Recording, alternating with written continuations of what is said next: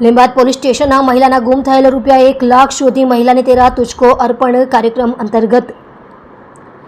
પરત સોંપતી સુરત શહેર લીંબાયત પોલીસ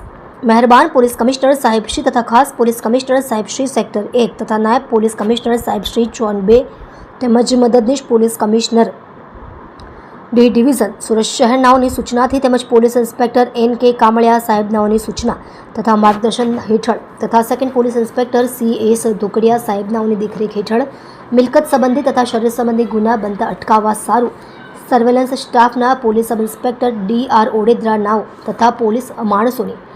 અલગ અલગ ટીમો બનાવી પેટ્રોલિંગમાં હતા. તે વખતે ગઈ તારીખ 22/4/2025ના રોજ તબસ્સુમ મોહમ્મદ ફિરોઝ શેખ નામની મહિલાએ લીંબાયત લાલ બિલ્ડિંગ પાસે એક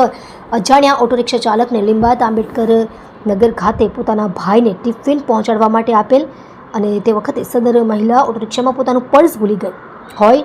જે પર્સમાં 1 લાખ રૂપિયા હોય, જેથી સદર ઓટો રિક્ષા રૂપિયાવાળું ગુમ થયેલ પર્સ શોધવા માટે પોલીસ માણસોની અલગ અલગ ટીમો બનાવી આશરે 150થી વધારે CCTV કેમેરા ચેક કરી ટેકનિકલ વર્કઆઉટ કરી હ્યુમન રિસોર્સના આધારે અત્રેના પોલીસ સ્ટેશનમાં ફરજ બજાવતા woman police constable Kinjalben Gandabhai ના હોય તેઓના અંગત અને વિશ્વાસુ બાતમીદાર મારફતે બાતમી હકીકતના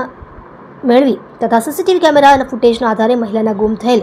રૂપિયા 1 લાખ શોધી કાઢી તેરા તુજકો અર્પણ અંતર્ગત મહિલાને રૂપિયા પરત સોંપેલ છે.